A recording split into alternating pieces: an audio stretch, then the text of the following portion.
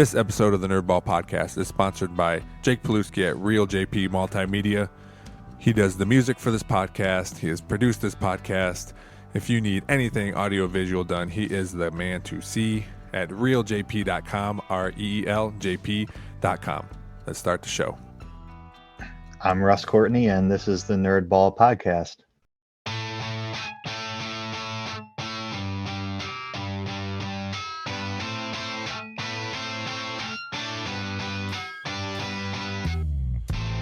This is the Nerdball Podcast with Lorenzo Melcher.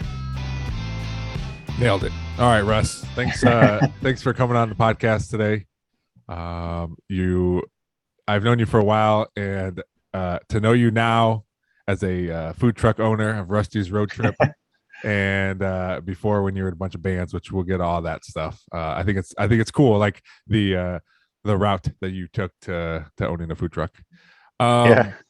I always ask my guests. Sometimes I give them a heads up, and sometimes I don't. And what is something you're really nerding out about lately? Something you're really into? If it's a sports, if it's movies, a TV, a hobby you're doing, if you're starting to sew, whatever, something you're really into. It just can't be your job. Right. Yeah. Well, we talked about me being concerned that when we taped this, I was going to miss the U.S. soccer game. Oh yeah. And then I'm going to say I was nerding out about it only because it's not even tonight. It was a week ago at this time. I didn't feel like reaching out to you again and be like, by the way, that soccer game I was trying to move this over is not even the same date. But anyway, I think that fits with the theme. Yeah. Have you been into soccer for a while? Yeah, I mean, I played soccer growing up, and then when I was down at Ohio State, I lived like way east of campus and by the Columbus Crew Stadium, and kind of got into walking to the Crew games as a college student, and they were like $12 for students or something to see the Columbus Crew. It's a lot's changed, but so that got me into MLS a little bit, and I was always into the U.S. national team since I was a kid. So anyway. I think I've been nerding about that lately. We're getting to the end of World Cup qualifying, and you may or may not remember that in the 2018 World Cup we did not qualify. So the process of qualifying is just that much more tense now because you don't take it for granted anymore, So I've been nerding about that. I only pay attention to soccer every 4 years, so. Yeah, and that's all right. I mean, look. Oh, here's the other thing, Lorenzo, which is we're coming up on the Winter World Cup. Yeah, they had to move it. Yeah, yes, and that is a thrill to me as a fella that has an off season from his job. So the idea of the World Cup taking place when I actually am not working for the entire World Cup, it takes me like. I'm just really excited about that, and I really hope they qualify. Let's say that because they're looking pretty good. I was going to ask you how they're doing now. Yeah, they are sitting in second. The top three get in, and then the fourth gets into like a playoff format that would probably also be fine. But I went down to the game in Columbus like maybe 10 days ago. They played El Salvador in Columbus, and it was like. I don't know. It was probably 30 degrees, which like a lot was made of how cold that is for a soccer game. But then, I watched like the Packers playoff game and thought, why has everyone been out of shape about playing soccer in this temps when like we play football in these temps all the time? Yeah. I mean, I don't know. Whatever. That lends to lends to one reason why it's not as big here in the United States, as they're complaining about the cold and. Yeah, maybe I don't know. Well, the players weren't complaining so much. It was, the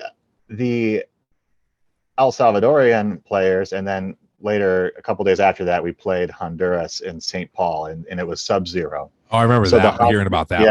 Yeah, so the Columbus wasn't so bad, but I think the intent was to make the Central American teams uncomfortable, and I think that worked, but at the same time, well, who knows? Anyway, That's a pretty good home field advantage there. I mean, I know in following, Yeah. I like baseball, and every spring, I know for my team, formerly known as the Indians, the Guardians, they have some players that Yes. just struggle in April, in early March or late March and April, and it's just because it's cold and it's hard for them to get used to it. Yeah. That's interesting. Well, we won both games. I mean, we lost the game in Canada, which was also cold, and they're more used to it, I suppose. So we'll see. Anyway, I hope that we can qualify. I'm nerding out about that. I figured it was on topic, being a sport, but admittedly a nerdy sport, at least in this landscape in America. Well, I think all sports are definitely nerdy. It just depends on how much you get into Yeah, them. sure. Yeah. Well, I mean, hopefully you remember we talked about this. If they do, get to the World Cup, because I actually think we have a really good young squad. So we can leave it at that.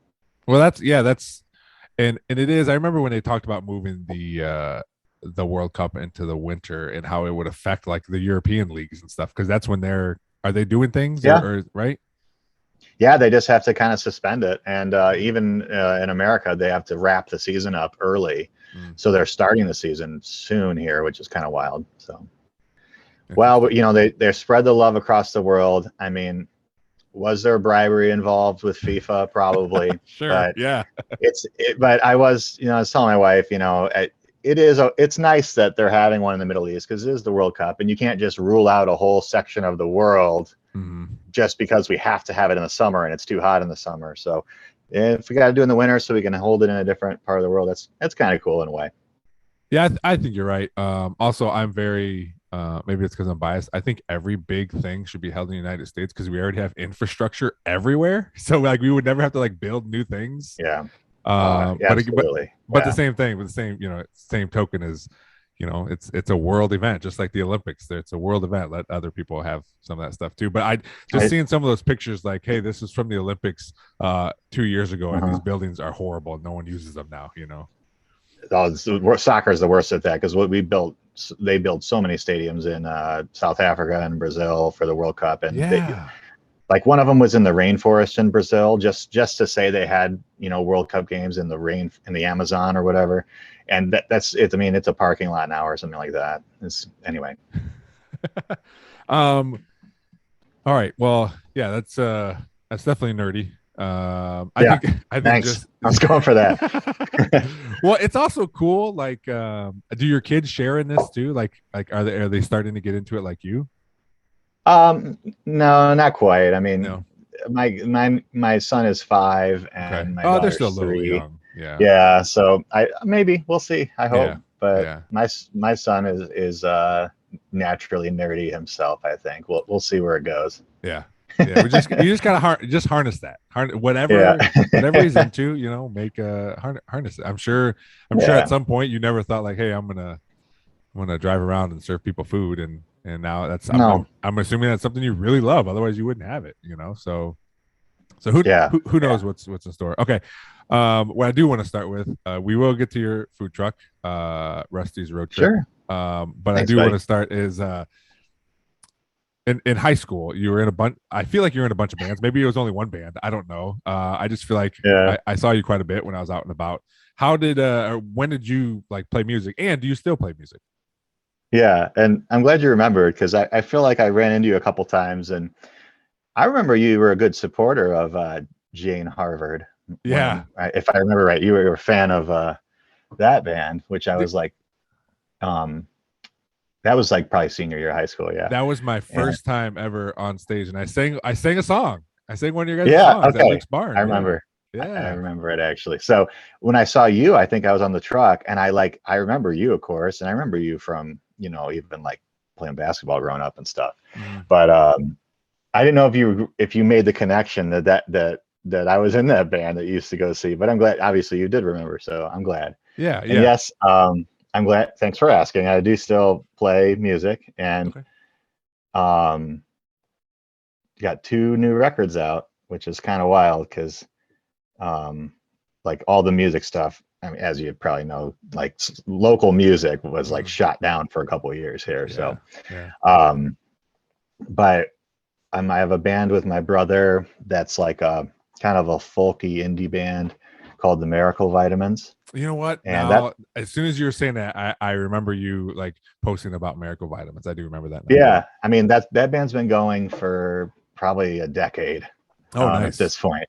Yeah, so I mean, we only have 3 albums. That we just released our 3rd album. It's all 3 of them are on Spotify. So if you're listening, you check it out. Yeah. And then I'm also in a punk, kind of a technical guitar-driven punk band. I play bass in that, called House Tours. And we just released an album as well. Oh, awesome! That's also on Spotify. Is that your winter time? Is band time, or is that or do you do all that year round too?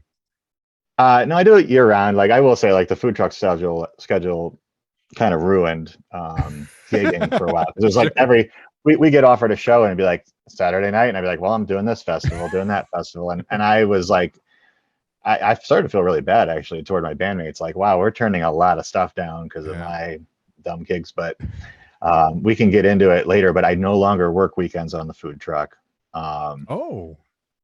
So I have like that balance back a little bit, I think, where it does. I can do bands all the time. And in fact, we were supposed to play last weekend and it got canceled because of the snowstorm. But I mean, we'll see where it goes, because since I reduced my schedule on the food truck, we were still dealing with pandemic, and we'll see. I might be able to get back to just playing a lot of gigs and stuff music wise too. So that's awesome. I hope so. Yeah. But so you've been playing music since you were little?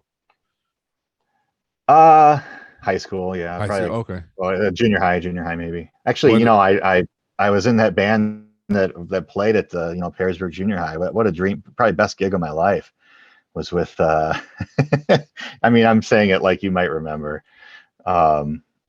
We like played a Blink. We like for the Perrysburg. I think it was like junior high homecoming, and we played like a couple of Blink 182 songs, and I thought I was the coolest guy because I didn't go to Perrysburg.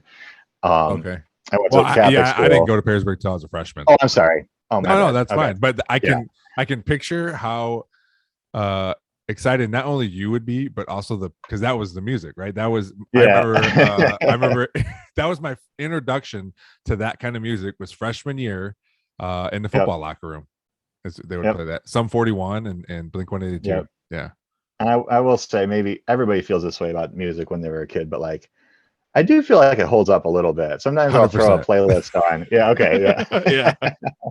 Yeah. I've said it a bunch here, but my favorite album is Taking Back Sunday, Tell All Your Friends. That's my favorite album forever. That and the first Used album.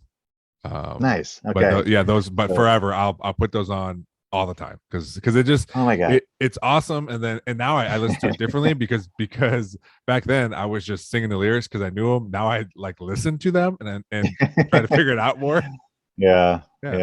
Oh my gosh, that Taking Back Sunday one, that just makes me think of like just got my license, got the windows down, and just picking up girls and just it's like very dreamy.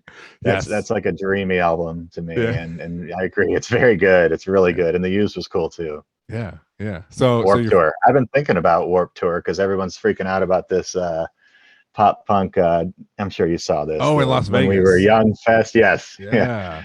I just look at that and I go, that looks like Warped Tour. I went to that 6 times. Anyway.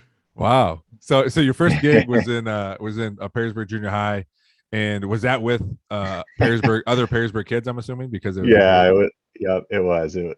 And I mean, I can tell you their names. I don't know if it's any good for your listeners, but it was like, Darren Davis and Tyler Custer and Joe Fatica. Okay. Yeah. And man, good times. But yeah, I played playing with Darren all the way through high school, and I played in a ska band that people knew in high school, like it was a fun band. And then, man, I kept playing through college, and I mean, it was a lot of fun, and I do think we were good, but I made a lot of like life decisions based on continuing being in bands. Where I chose to live and whether I chose to pursue, this or that was in a different town or whatever. And I don't have regrets about it, but I think about it sometimes how like, wow, I really, when I was in college, like other than my classes, which I was good about, like number two was like, yeah, push this band the whole time we're here. And, And what band you know, I was would, that? that was called Made to Break. Okay. Yeah.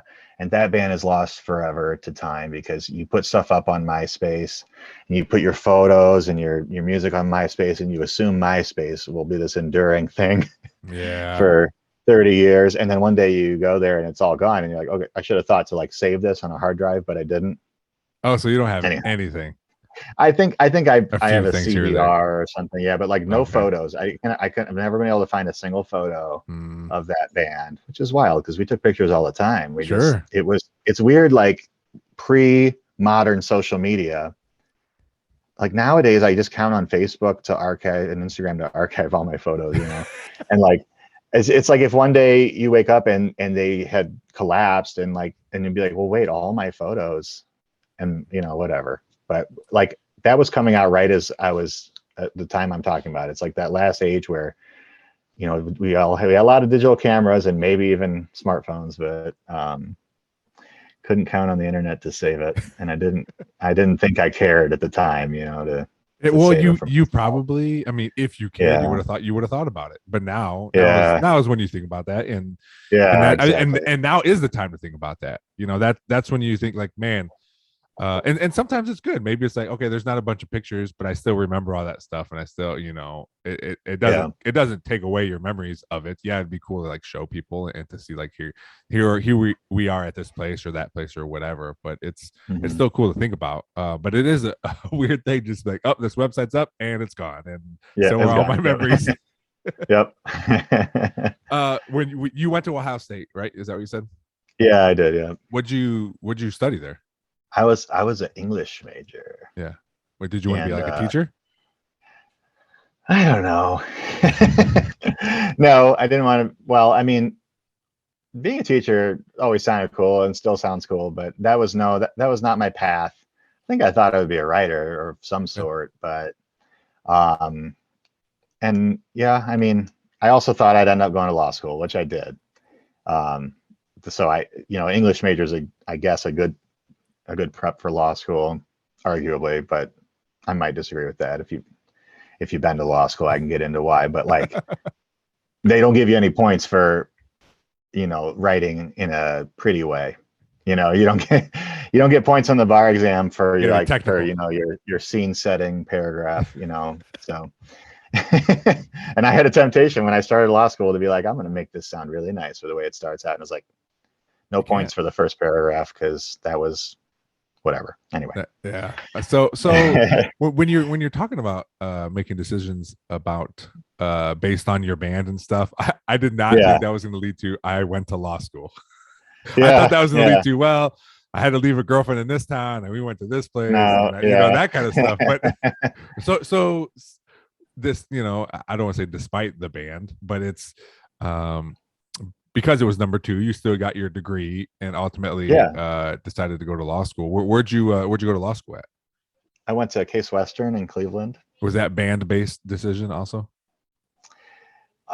You could argue it. At that time, I was playing in another band called A Million Engines in Neutral, which was also a cool band. I don't know if there's anything online with that band anymore, though I doubt it. So that was based in Toledo, though. So I was kind of like picking law schools where I could theoretically still be in this band in Toledo, and Cleveland worked for that. I wanted to go to U of M. I didn't get into U of M for law school.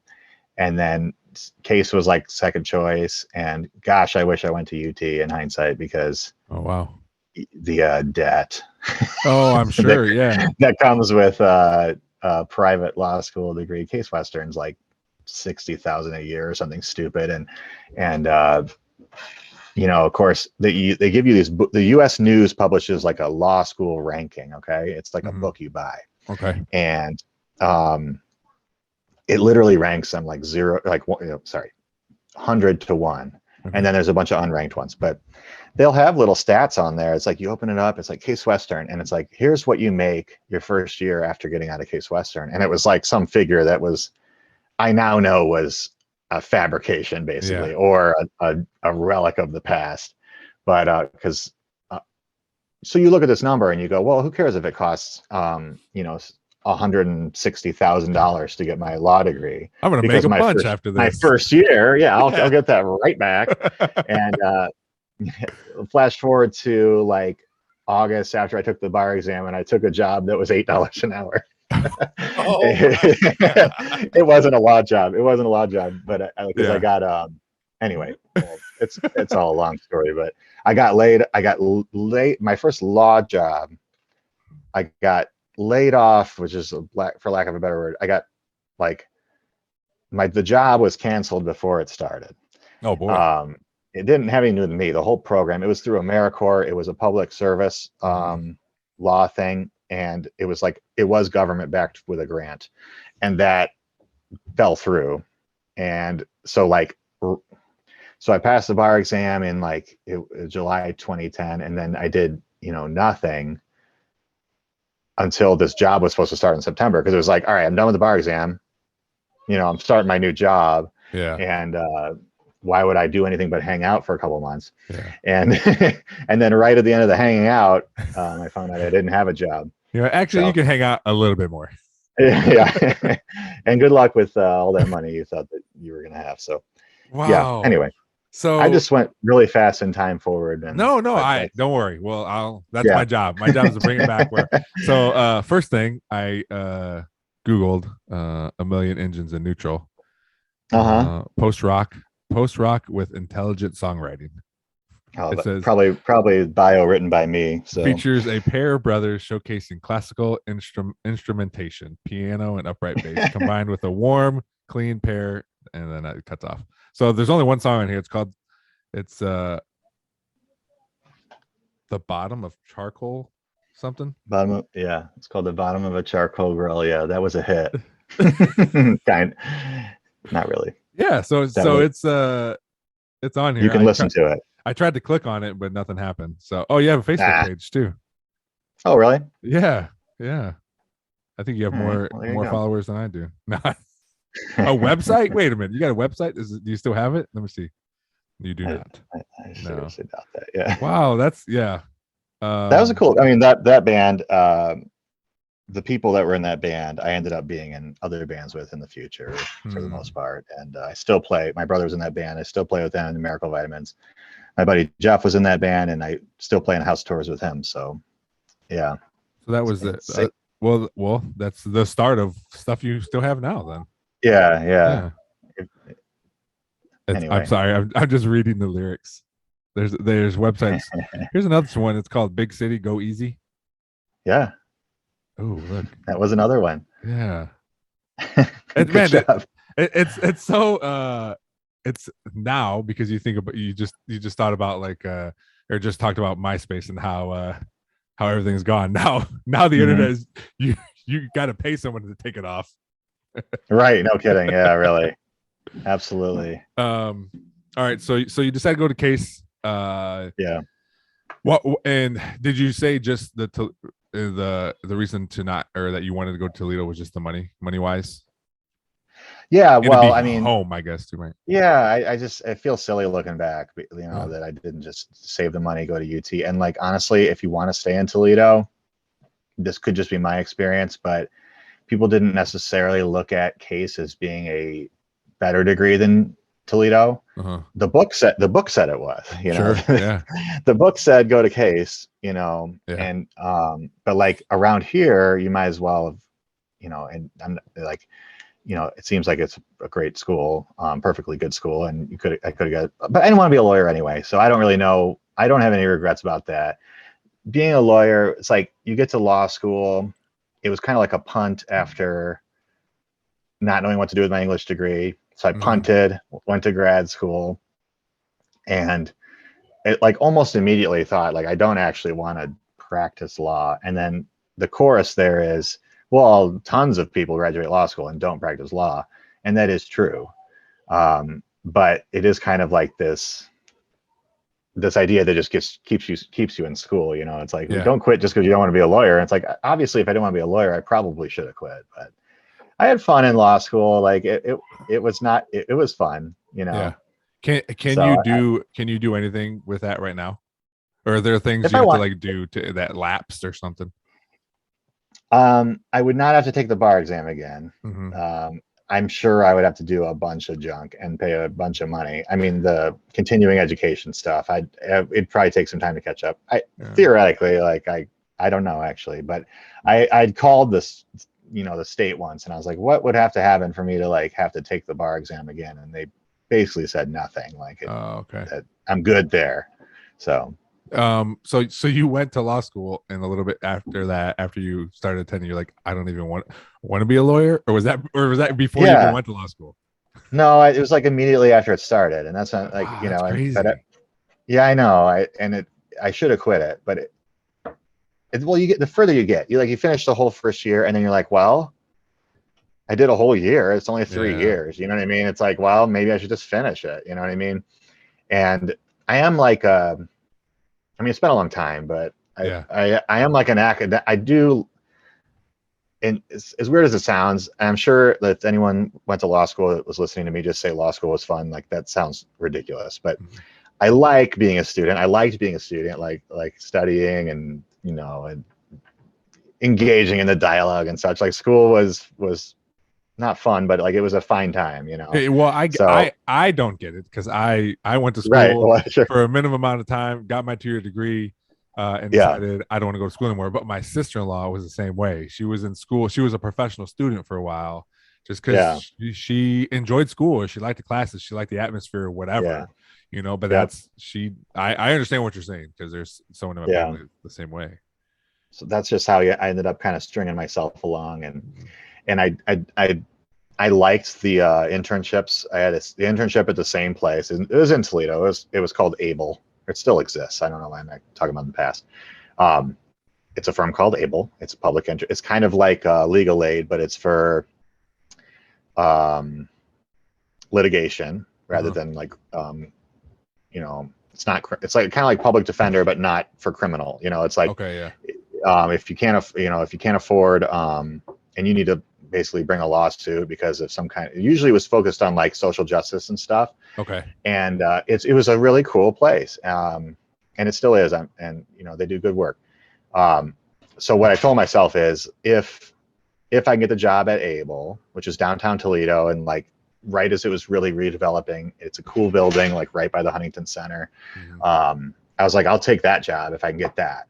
And like I was telling you earlier, I took that first legal job, and then the rug got pulled out before it even started. And I was like, this is a sign, or whatever it was. I don't even know.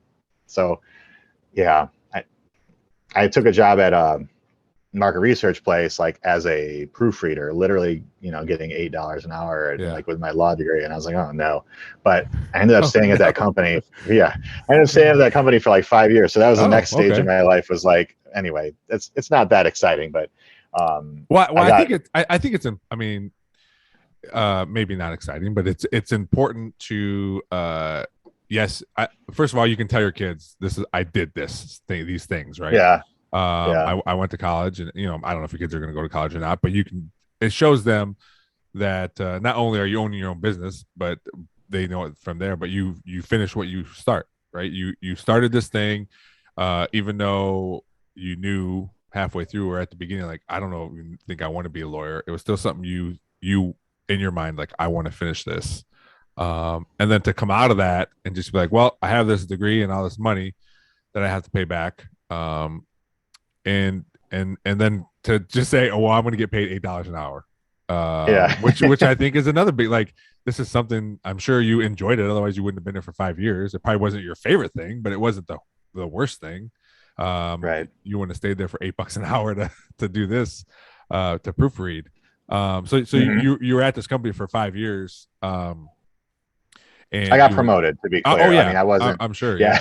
No, I'm sure you weren't making $8 an hour for 5 years. Yeah. So you were there, and just like, did you think at the time you were there, like, this is it, this is what I'm going to do, or did you still have aspirations to do other things besides music? I'm assuming music was still part of that too, but like as a job, what was the mindset there? Well, I don't know. I mean, I do feel like I felt like a company like I could stay at for sure. Like it Mhm. was a fun company, and I will say like a lot of that, like where do I go next was kind of the crisis I hit when I decided to quit and do this food truck, which was Oh, like I kind of got toward the top of that company. I was like, okay, good. I'm up here now, and I'm in upper management or whatever, and like this could just be my job. I was probably 29 or 30, like, just going on 30. uh-huh. I'm like, this could be my job like forever, probably.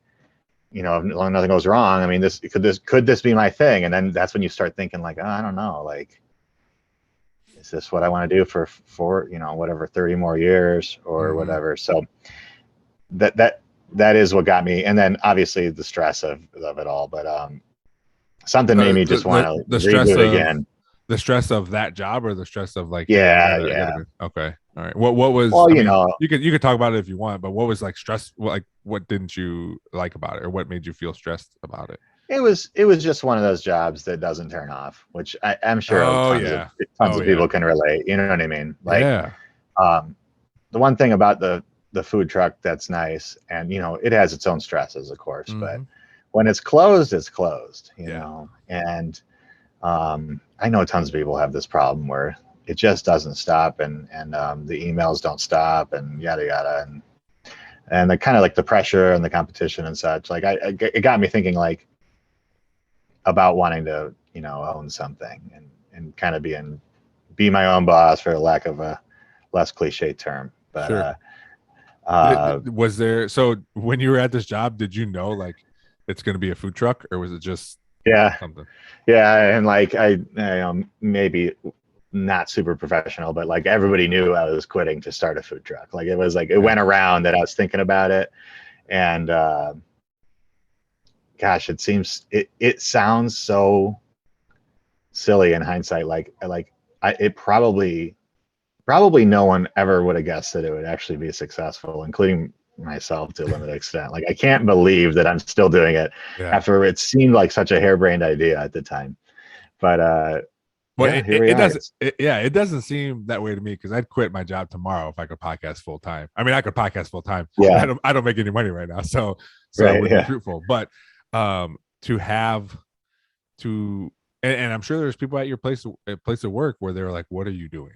Like this is crazy." absolutely. Yeah, Yeah, and you yeah, just, hey, this is what I want to do. And just like there's been many entrepreneurs that I talked to on here, if and just same thing with law school, like, this is what I want to do, this is what I'm going to do, this is how I'm going to do it, and we'll go from there. It is just like I've asked other people, um were you married and had kids at this decision, when you made this decision? um hmm. No, I did not have kids. Okay. I was No, when I got married, I had the food truck already. I Okay. think I might have been engaged. I might have been engaged. Okay. So it's still And my kind wife, of like, this is yeah. my decision only kind of thing. Um, I mean, it was definitely at a point where my wife was like a part of it. She did Okay. very much was. Got it. Not my wife yet, but she was a part of Hmm. supporting that decision, and it was a risk for us. Like before we were married, we still had this house together and everything, and I know we had this house when that all happened. So Okay. yeah, so I think we were engaged. Um, and I think that we got married within a year or so after that. Okay. Because that is I mean, that puts a different spin on things when it's not just you have to worry about. Right. Yeah, Yeah. I know. It's. I mean, and it is like wild when I think about it. I can't believe I did that. It's funny looking back. Like Yeah. like it all looks smart now. Well, I think it's It- cool when I drive around, and like I feel important when I'm like, "Hey, what's up, Russ?" And you're just like serving food, like I know, get yeah. to know you. And but so I can imagine, like, it's to look back and think like, this thing's successful, and you admitted like, I wasn't 100% sure that this thing was going to take off. Yeah. Well, I also had this image of me when I pictured doing the food truck. I pictured like this kind of solitary thing where Mm, I would sell, maybe 20 dinners a night by myself in the food truck, like kind of and in the way it ended up being, where I have all these employees and stuff. Like, I don't even think I first saw that at all. Like having a staff it's as I have 5 to 8 people, and it's not that big, but it's more than I ever expected. By the way, on the topic of you podcasting full time, I do want to say I think you're a great podcast host, and thank you for keeping me focused. And I feel a little uncomfortable like continually talking about myself. I know that's the format. Yeah. Well, feel free to ask me questions too. That's fine. I appreciate you saying that. This is something I really love to do, and I've been working at it for a while. And I think I got to look when I started solo, because it was me and my buddy for a while. But I think it's got to be. I'm close to 100 episodes solo now, so I think you're my 90th episode. Awesome. But it's fun, and I love, especially talking to people I know like yourself, of like learning new things. And like, I had no idea you went to law school. Right. Like this, just new things is what I really get out of it. Because right now, that's all I get on the podcast is people I know, or people I know through other people, kids I coach, so they all have some sort of, they know me in some way. So it's cool to learn new things, but I'm starting to branch out a little bit more and ask people. I'm also afraid when people tell me no. I don't know why, because they're not being rude about it. They're just saying, I can't right now, or no, I don't think this is good for me or my business or whatever, but I got to get over that, because I eventually I just got to like start putting massive, like, hey, you want to be on my podcast? You want to be on my podcast, and see what happens, Well, I listen. I've listened to a number of episodes. I think I told you that way back when I first saw you, and when you had your buddy and you talked about video games more often. And and I liked that. I still enjoy it, and I think that no matter who you have on, sometimes I'll look and be like, will that be interesting? And then I'll listen and be like, okay, yeah, that's interesting. And I think that's credit to you, Lorenzo, because anyway, keeping it focused and like just and you always seem very earnestly interested, which I appreciate. I'm sure people listening do too. Yeah, well, thank you. And actually, Andrew I think is coming on, because I keep bothering him. Andrew is my partner. I keep bothering him. I'm like, man, you gotta come on, and I think I'm gonna get him on at the end of the month. And I told him, I go, dude, you have to come on. I love our conversations. I listened to some of our old podcasts recently, just because I wanted to, and I was like, man, it was so much fun. And to think that we started that podcast because we worked together and we would get in trouble for taking too long during lunch breaks, like nice. It was fun, but I appreciate it. I work hard on this thing, and I feel like I'm getting better, so I appreciate it. So when you're first of all, I think it's got to be cool that you get to have staff, you get to like provide jobs. I feel like that would make, if I was in that position, I feel like, I get to offer like jobs to people now. Do you find that scary too, or like these people depend on this food truck? Yeah, I mean, well, I will say for many years, I like it. It was very much a part-time job for people where, yes, they depended on it in a sense, but I was mostly hiring, students and such, mostly college students. And well, actually, I shouldn't say mostly college students. I had a lot of friends that worked on it too, and it felt less like crucial to them back in that. But nowadays, I do have a more regular staff that's like that the food truck is there's part of their identity. It's what they do, and there is a responsibility that comes with that. And I agree with what you're saying. Like, it can feel rewarding to be a job provider, so to speak, especially because I try to pay well.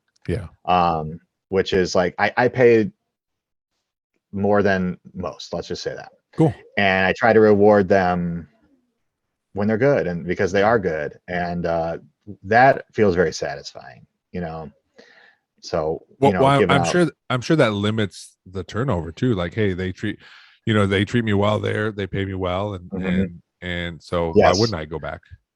Yeah, and post pandemic, the crowds, like this culture has shifted so much as far as the tip jar goes as well. And my staff we really appreciate that. It's like the job description changed a lot once people started being so generous with the tip jar and stuff. And like it's actually really remarkable. I mean, I know it's not, in restaurant service, tips probably went up for restaurant staff, but not like they did for a food truck, because I think a food truck is something that you often would think, I don't tip. And now I think that everyone, not everyone, and it's okay if they don't, but at least half the people drop something in that jar or throw something on the credit card. And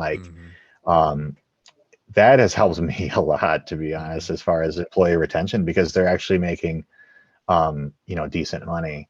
Yeah. And it's not necessarily all me ponying up for that. So thank goodness for that. And thank you if you're a customer that tips them.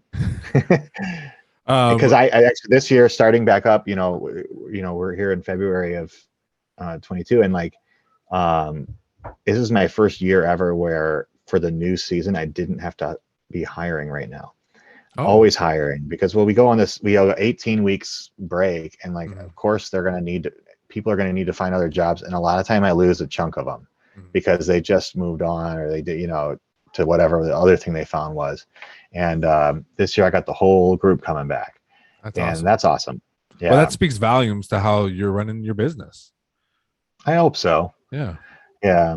I mean, I try to be, a good boss. Let's say that. And, so before employees, when was it just you and your fiance wife at the time, or was she involved at all at the beginning, or was it just you slinging? She definitely helped. She helped me plenty of times. The first couple months, I would say she was on there with me, and then my parents helped me a lot. Oh, nice. And yeah, so that, I mean, and that was fun, because it became like I just said, hang out with my parents as well, and sometimes we were I have some regrets, and my mom was kind of being pokey and stuff, and I would tell her such things. And I wish that I could have, I wouldn't say I was ever mean to her or anything like that, but I do. It was a stressful environment, especially early food trucks.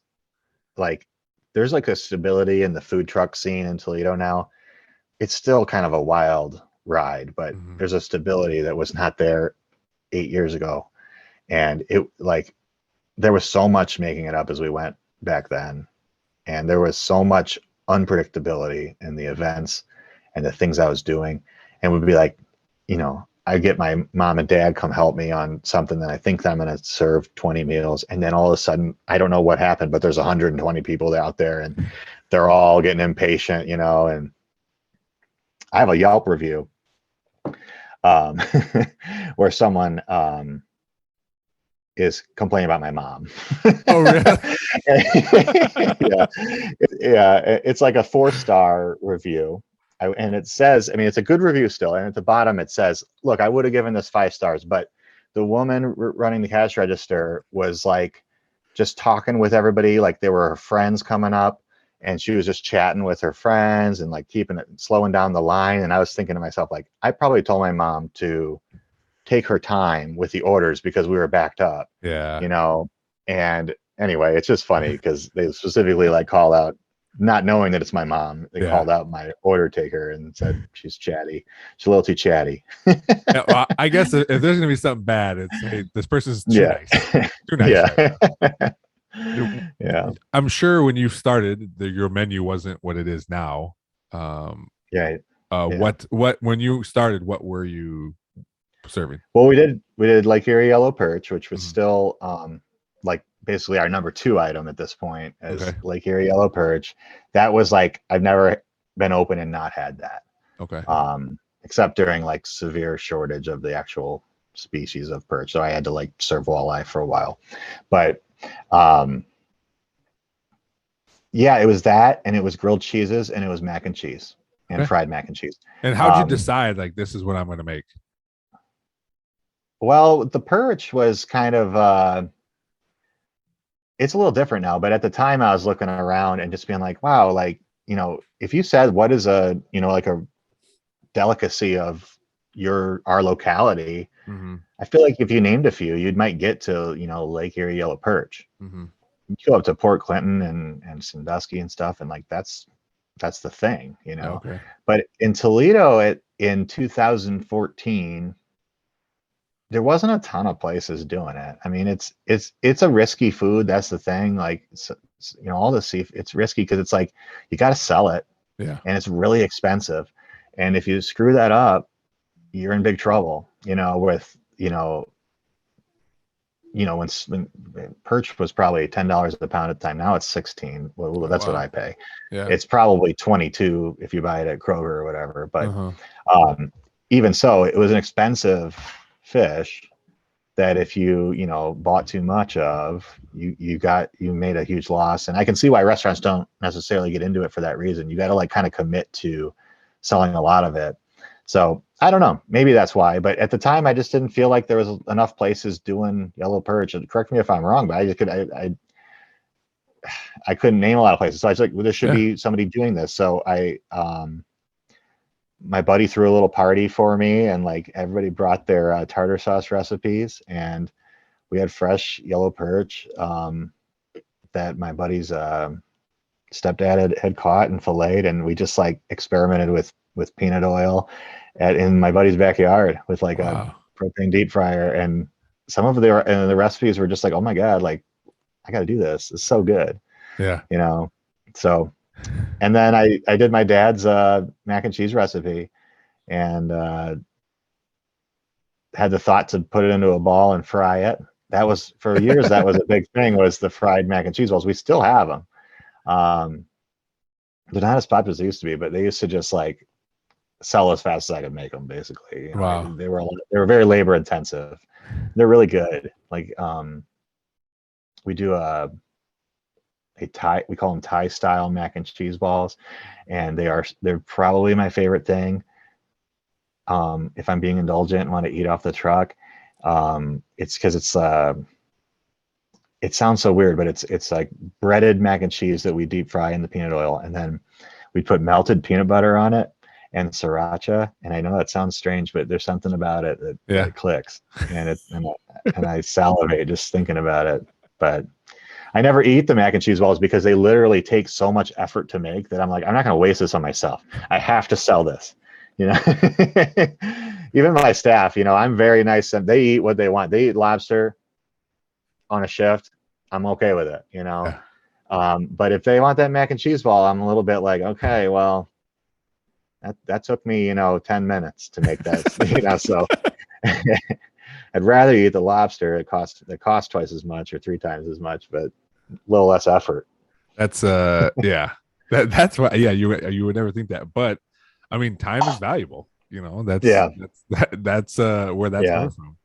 Well, what do you think what's your number one seller now? Not think, I'm sure your number one top seller. Yeah, lobster roll. Is it? Yeah. I mean, that really it's so good. I mean, we sold so many of them in the last couple of years. Whatever it was about 2020, not necessarily tying it up to the pandemic or whatever, but all of a sudden people were willing to spend $18 on a food truck. I think that may have been part of it. Is like I was in the food truck scene and people would call, people would say, oh, I heard you you got a roach coach, or you started a lunch wagon. I was like, no, it's a food truck. This is like a whole thing. It's a gourmet scene. I never even heard him call those names. Well, and for years, I mean, still to this day, to be honest, a little bit, people will be confused when I tell them we don't have hot dogs. Like, what? Like, you don't have a hot dog? I'm like, no. I mean, it's a niche gourmet experience. Like, it's a food truck. Go to Jeannie's Weenies. Go to Jeannie's Weenies. Absolutely, they got a great Chicagoan dog. Listen, now I'm salivating again thinking about the Jeannie's Weenies Chicagoan dog. How often do you? Because I know just at the Perrysburg Farmers Market, there's always a bunch down there. Do you like to? Is there another food truck you like to get food from? Oh yeah, I mean, I was thinking about this recently. Like, I probably there's some people on Facebook, because there's like a group for Toledo food trucks. It's like Toledo area food trucks Facebook page. I do recommend it. It's cool. I mean, all the food trucks post their stuff, their schedules up on there. It's got like 25,000 members, and it's a very active community. Nice. There'll be some people that'll act like they are the experts because they've tried all these different food trucks. I'm thinking nobody's tried more food trucks than me. I mean, I can't imagine a world where anyone has tried more Toledo-based food trucks than me. I've tried all of them for 8 years. Yeah. So the ones, I mean, I've tried probably 20 food trucks that don't exist anymore, you know. So no, I'm a foodie, you know, and I absolutely love to trade food, and I love that more and more these days people want to trade me. They'll come up to me and say like, can we trade food? And I love to That's awesome. just get a bunch of stuff. And I literally, sometimes there's some that I haven't tried, and it's only because when I met them we were both too busy, you know. That'll happen. Like there was I set up just once so far with a new truck, Queso Kitchen. That's like another Perrysburg truck. That's Andrew Z. Yeah. So I set up with them only once, and I was like, I'm going to try this. Here we go. And we were just both so busy that night that by the end of the night, I was like, sorry, I missed you. You know, we were, you know, we're closed now. And so are you. I should probably go out of my way to actually get their food and be a real customer rather than just expect to trade food. But I tell you what, there was one of the best trades in the history of trades is when I worked at Hungry Howie's. Oh man. I know which Hungry Howie's probably, but go on. Yeah, so I worked at Hungry Howie's here in Perrysburg, and I knew some people at Mr. Freeze, and they ordered pizza, and nice. I took it over there, and I said, "Don't worry about it. You know, I didn't even write it down. Here's some free pizza. Just can I get some ice cream later?" And they said, "Sure." I got ice cream for free that entire summer. That's awesome. That was the best trade I've ever made. Now they did get more free pizza event, you know, throughout the summer. But anytime I went up there, I'd say, "Hey, can I get some ice cream?" And they were all about it. As long as I had to go to the same person all the time. But yeah, that was the best trade I've ever made. It's a good feeling, you know. You know, and I can tell even my staff just be like, "Tell them you work for me," and like they'll hook you up. They always do. Like they're so nice. The other food truckers. It's a really, once in a while you'll have someone that comes in a little hot, like, and thinking that it's going to be this cutthroat competitive thing. And you know, there is a competitiveness to it a little bit, but the community of food truck owners is very sweet. And at least to me, they are. I don't know, but I find it so nice. And I'm thinking about that Hungry Howie's over there, which is now, I don't know what, an insurance agency or something. Either that, or it's been another pizza place. It's been a sub shop. It's been a lot of stuff. Yeah. I actually, we're probably talking about the same place. This is really specific, but it was Dave's Cosmic Subs later. Yeah. And I bought. I have some equipment from that Dave's Cosmic Subs when they went out of business. I popped over there and bought a tomato slicer and all. Yeah. Oh, so nice. I worked, and I'm realizing now that I feel like I've crossed paths with you, Lorenzo, like very lightly for 25 years now or something stupid, something crazy, you know, because. Did you work there too? No, but I worked next door at the CD warehouse. Oh, okay. Which was one of my favorite jobs, the secondhand CD and DVD store, which was next door. And I would get, you know, a large pizza and just eat it, the whole thing on my shift. And Hungry Howie's was so good. I mean, I don't know. Love Hungry Howie's. Yeah. Yes. I mean, I don't know if you remember Matt Sparks. He worked there too. He was a Perrysburg guy. And I told the story on here before, but it's such a good thing. It's a good story. We lived together down in Bowling Green, and along with a couple other guys. And I closed Fridays, he closed Saturdays, and we'd always call each other up and say, "Hey, is anybody over? How many pizzas do we need to bring?" There was always a yellow box in our fridge. If it was bread, a sub, pizza, whatever, it was always in there. Every once in a while, we'll get it because there's one up by Whitmer High School. So before I became a varsity football coach, I'd go when we would play at Whitmer, I'd drive myself just so I could bring pizza. That's awesome.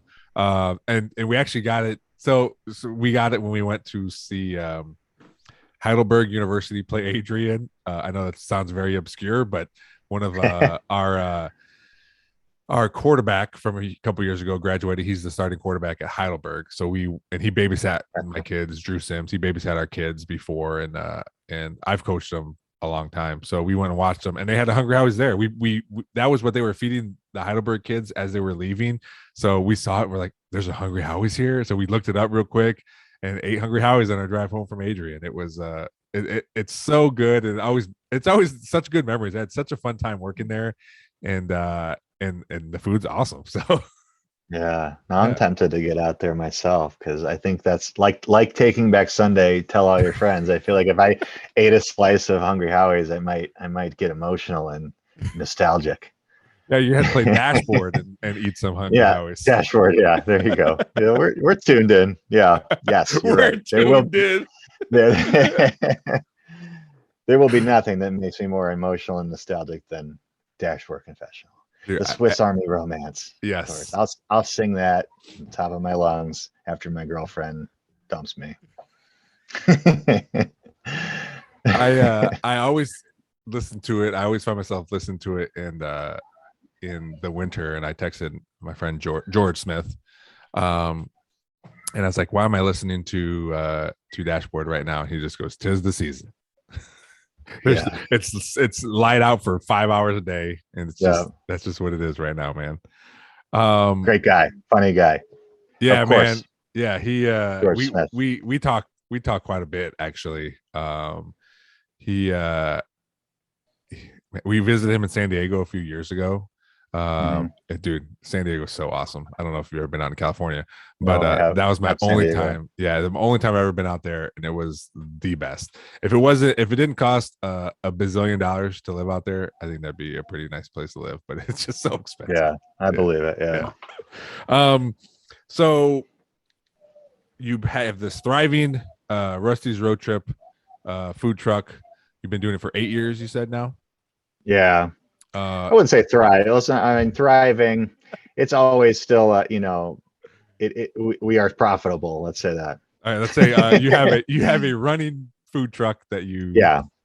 Yeah. And so are you totally booked up your whole entire season? Yeah, only because I have sworn off doing private events. This is a whole thing. It could basically happen last year where. The grind. The thing I always say is like you want to be your own boss, yeah, and then you become your own boss, and you realize your boss is still a jerk. Where I decide when I work, but because of that and just whatever kind of ethic, for lack of a better word, I have in me, just makes me like still want to think that I need to be working so much. You know what I mean? And the other thing with the food truck is you get all these opportunities. They come to you, people email you and call you, or you hear about something, and it's like, well, I don't have anything that day. We should do it. And it's like, before you know it, you're just like kind of always doing it. And like, when you're not open, this isn't what I signed up for. Right. And like, when you start your own business, there's a lot of expectation going in that you're going to have to grind for it. And I did, and I don't have any regrets about that, and it was fun the whole time, but it was a grind. And then there's an element, at least in the Toledo area, where it's like, you got to grind because you got 9 months, maybe 10 months to make a year's worth of money. And because you're going to have to close in the winter. Or that's basically the truth. There's some trucks that go through the winter. They're usually the newer trucks, and they're just learning that they should be closing in the winter, because it's a lot of work for very little money, possibly no money or negative money. So basically, I told myself, it was like, look, I'm still grinding, but it's the 7th year. Like at some point, the grind has to like be over, and it has to be like the reap the rewards type vibe. So I don't know like how it'll all go financially. Last year went fine. But this only happened about halfway through last year. But about halfway through last year, I just said, okay, I'm no longer working any weekends. Like, even if it's an awesome thing, with one exception, Black Swamp Arts Festival, because it's just too good to give up. Sure. But there's a festival every weekend, and there's so many they're always hard because you never really know how they're going to go. They're so weather dependent. And whatever sounds like a good festival, it depends on how many other vendors they have and where you are in the festival. It's just hard. Mhm. And I did it for a long time. I mean, people are always on my Facebook these days being like, how come you never come to this side of town? And I'm like, I have 40 times probably, how come you never come to Oregon? I'm like, I've been to Oregon, probably 40 times. And it didn't, and y'all just didn't hear of me until the last couple of years. And now you act like I'm being snobby about where I come. But all it is just that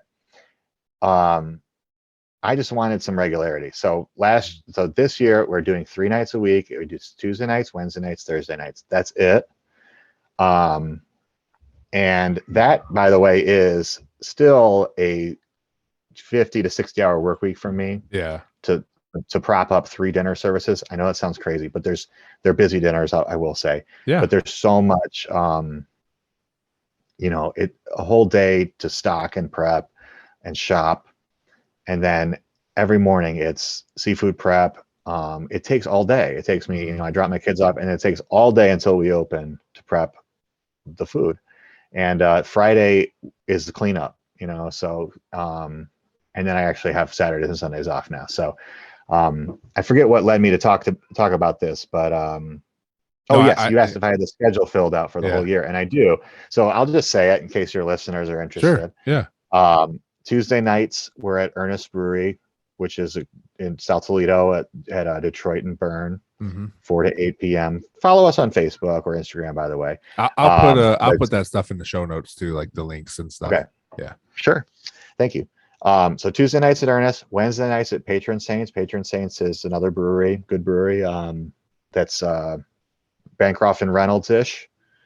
And then Thursday nights will be Perrysburg Farmers Market. So that doesn't start that soon. We're going to pop up in Perrysburg a couple times. But Perrysburg Farmers Market, been doing that for 5-6 years now, and it's been really awesome. So you can always find us there. And that is the plan for at least we'll see how it goes.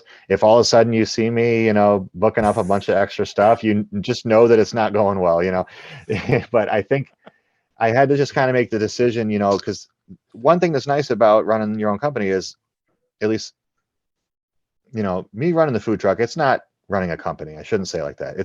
It's just making up my own job. It's not like a company where I can walk away and it'll keep running without me. Like it can't really run without me. It's just like me, like infused into the business. But how much I want to make, how much money I want to make is a function of how much I want to work. So I had to kind of, like a lot of people are doing lately, it's like I had to kind of just be like, okay, yeah, I could work a lot more and make more money, but like what's enough? What's the right amount? And my kids had a lot to do with that too, where it's like they are, I look at you like coaching like that. I'd be very don't rule out that I will coach soccer sometime soon. Yeah. And like I would love to do something like that, but in the past 7 years I would have immediately ruled that out, because it's like, well, Saturdays, weekday evenings, I just don't have those, so I'm glad to like reboot it a little bit, and hopefully our customers keep coming even though we're just 3 days a week. I think so. Especially, I mean, you picked those places for a reason, right? You didn't pick like, hey, these places do okay, and these are the ones I'm going to go with. These are the places, maybe you don't know exactly what you're going to bring in, but you have a ballpark of like, every time I go, this is about what's coming in. And I know absolutely. And I know that we have good patrons at these places, and that's why you pick those, and having a good work-life balance, just for a mental health standpoint, is important. You don't want to, I mean, your kids are 5 and 3. You don't want to be like, hey, how old are you? What's your name again? Like I've been away for a while, it's important to have that. And I think it's good. I think it's good that you're choosing your time appropriately, or what you deem to be appropriate. And I think people are gonna respect that. And there's always gonna be those people like, hey, why aren't you coming here? Why don't you do this? That you can't get away from that. But for the majority of people who patronize your business, they're going to be there, and they're going to support you regardless Yeah. of how many days you work.